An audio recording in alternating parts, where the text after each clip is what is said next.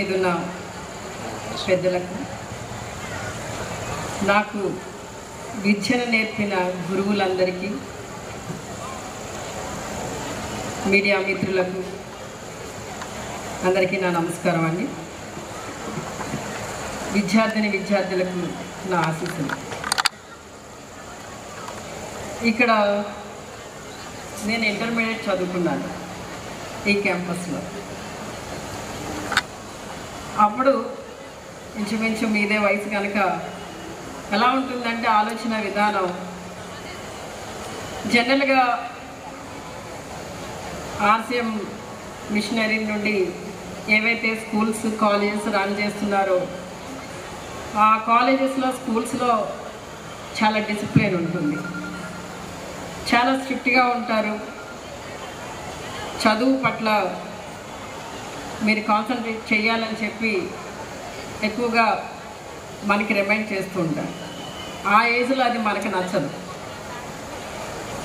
ఏంటి ఎంత స్ట్రిక్ట్గా ఉంది, ఎంతసేపు ఇంటికి వెళ్ళిపోదాం అనే ఆలోచన తప్ప ఇక్కడే ఉండి మన గురువులు చెప్పేది, మన సిస్టర్స్ వార్డెన్స్ చెప్పేది విని నేర్చుకుందామనే ఆలోచన అప్పుడు ఉండదు. కానీ తర్వాత ఇక్కడ నుండి వెళ్ళిపోయిన తర్వాత తెలుస్తుంది దీని వాల్యూ మనకి.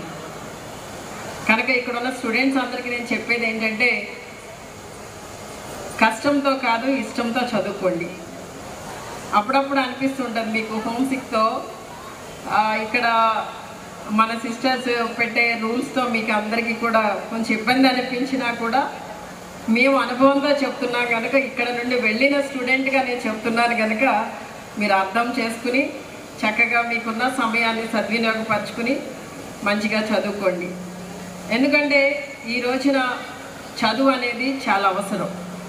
చాలామంది ఇక్కడ చదువుకోవడానికి వచ్చిన వాళ్ళు కొంతమంది, చాలామంది అంటే కొంతమంది ఎట్లా అంటే ఇంటి దగ్గర తల్లిదండ్రులు బాగా సంపాదించి పెట్టి ఉంటే మనకి ఇది కాలక్షేపంలో ఉండొచ్చు. దయచేసి ఎప్పుడు ఎలాంటి పరిస్థితులు వస్తాయో మనకు తెలియదు. చదువు అనేది మన చేతిలో ఉంటే అది మంచికైనా ఉపయోగపడుతుంది, రేపొద్దున్న కష్టం వచ్చినా ఉపయోగపడుతుంది, అవసరాలలో ఉపయోగపడుతుంది, మన కాళ్ళ మీద మనం నిలబడగలమనే ధైర్యం మనకు ఉంటుంది. కనుక చదువు అనే ఆయుధాన్ని ఎప్పుడు కూడా మీరు నెగ్లెక్ట్ చేయకండి. కష్టపడి చదువుకోండి, బాగా చదువుకోండి, ఉన్న సమయాన్ని సద్వినియోగపరచుకోండి. ఎందుకు నేను ఇది చెప్తున్నానంటే నేను అంటే మా మదర్ టీచర్, మా ఫాదర్ ఎమ్మెల్యే కాకముందు హెల్త్ డిపార్ట్మెంట్లో వర్క్ చేసేవారు. అంటే పేరెంట్స్ ఇద్దరు కూడా ఎంప్లాయీస్ అవడంతో మాకు కొంత సమయం తక్కువ ఇచ్చేవాళ్ళు అనమాట. తర్వాత కొంచెం ఆ ఏజ్లో నేను కొంత ఫీల్ అయ్యాను, ఏంటంటే పేరెంట్స్ టైం ఇవ్వలేకపోతున్నారు మనకి అనేది. తర్వాత మా సిస్టర్, నాకు అక్క ఉంది, అక్క తనకి మ్యారేజ్ పిల్లలు పుట్టిన తర్వాత అక్క బావగారు కూడా ఉద్యోగాలు చేసుకుంటూ పిల్లల్ని సర్వెంట్స్ మీద వదిలిపెట్టేసి వెళ్ళిపోయేవారు. అప్పుడు నేను స్ట్రాంగ్గా డిసైడ్ అయ్యాను అనమాట, ఎట్టి పరిస్థితిలో కూడా పెళ్ళైన తర్వాత ఉద్యోగం చేయకూడదు, ఇంట్లోనే ఉండి పిల్లల్ని బాగా చూసుకోవాలని అనుకునేదాన్ని. నేను ఒకటి అనుకున్నాను, నా పట్ల దేవుని ప్రణాళిక వేరే విధంగా ఉంది. సో ఇక్కడ నా ఫ్రెండ్స్ కూడా ఉన్నారు, ఇక్కడ చాలామంది నాతో చదువుకుని ఇంటర్మీడియట్ చదువుకున్న వాళ్ళందరూ ఎప్పుడూ ఒకటే అంటారు, ఇక్కడ ఈ ఇన్స్టిట్యూట్లో మనం చదువుకున్నప్పుడు ఎక్కువగా మనం ప్రేయర్స్లో ఉండేవాళ్ళం, ఆ ప్రేయర్సే ఈ రోజున ఈ స్థాయికి నిన్ను తీసుకొచ్చాయని చెప్పి వాళ్ళు చాలా గర్వంగా చెప్తూ ఉంటారు. సో కనుక మన జీవితాలలో ఒకటి మనం కలిస్తే దేవుడు మన పట్ల మన ఒక ప్రణాళికతో మనల్ని దేవుడు ముందుకు తీసుకువెళ్తుంటాడు. కనుక ఖచ్చితంగా మనకున్న సమయాన్ని, దేవుడు మనకిచ్చిన అవకాశాలను మీరు సద్వినియోగపరచుకోవాలి తప్ప ఎక్కడ కూడా నెగ్లెక్ట్ చేయకండి. ఒకసారి నేను అంటే బిఫోర్ లాస్ట్ ఇయర్ అనుకుంటా, లేదా 2 years బ్యాక్, నేను ఉమెన్ అండ్ చైల్డ్ వెల్ఫేర్ మినిస్టర్గా ఉన్నప్పుడు ఇక్కడికి ఒక ఫంక్షన్కి పిలిచారు నన్ను. సరే నేను వచ్చినప్పుడు చాలా హ్యాపీ అనిపించింది, ఎందుకంటే నేను చదువుకున్న కాలేజీలో ఇంకొంతమంది గురువులు, నా గురువులు ఇంకా ఉన్నారు, నాకు చదువు నేర్పించిన గురువులు ఇక్కడ కొంతమంది ఉన్నారు. వారి ముందుకి నేను ఒక చీఫ్ గెస్ట్గా రావడం అనేది నిజంగా చాలా అదృష్టంగా నేను భావించి చాలా హ్యాపీ ఫీల్ అయ్యాను. తర్వాత నేను ఎప్పుడు అనుకోలేదు ఈ రాష్ట్రానికి హోమ్ మినిస్టర్గా నేను ఉంటానని నేను ఎప్పుడు అనుకోలేదు, ఎప్పుడు ఆశపడలేదు. అలాంటిది దేవుని దయతో మన గౌరవ ముఖ్యమంత్రి గారు జగన్మోహన్ రెడ్డి గారి ఆశీస్సులతో ఈ రోజున ఈ రాష్ట్రానికి ఒక మహిళ హోంశాఖ మంత్రిగా ఉండడం అనేది నేను చేసుకున్న అదృష్టంగా భావిస్తున్నాను. ఎందుకంటే ఒకసారి నేను హోంమంత్రిగా బాధ్యత స్వీకరించిన కొద్ది రోజులకి కేంద్ర హోంమంత్రి అమిత్ షా గారి ఆధ్వర్యంలో హర్యానాలో మాకు ఒక మీటింగ్ జరిగిందనమాట.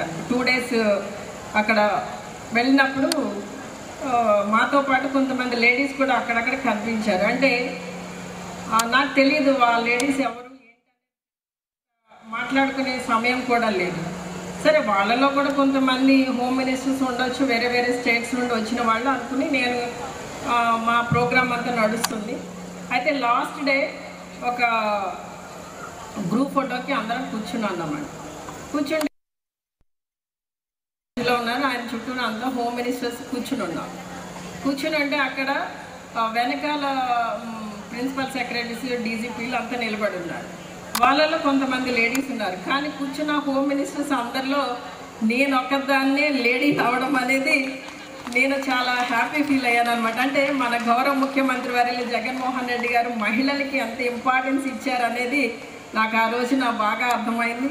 నిజంగా అంటే మేము ఎప్పుడూ చెప్తూ ఉంటాం, అన్ని సంక్షేమ పథకాలు కూడా మహిళలకి ఇస్తున్నారు, ముఖ్యమంత్రి గారు ఇంపార్టెన్స్ మహిళలకి ఇస్తున్నారని చెప్పడం ఒక ఎత్తు అయితే, అక్కడ పర్సనల్గా నేను ఫీల్ అయ్యింది దేశం మొత్తం మీద అన్ని రాష్ట్రాల నుండి వచ్చిన హోమ్ మినిస్టర్స్ అందరిలో కూడా నేను ఏకైక మహిళగా ఉండడం అనేది చాలా గర్వించదగ్గ విషయం. నిజంగా సభా వేదిక మీద నుండి గౌరవ ముఖ్యమంత్రి వర్యులకి మనస్ఫూర్తిగా ధన్యవాదాలు తెలియజేస్తున్నాను.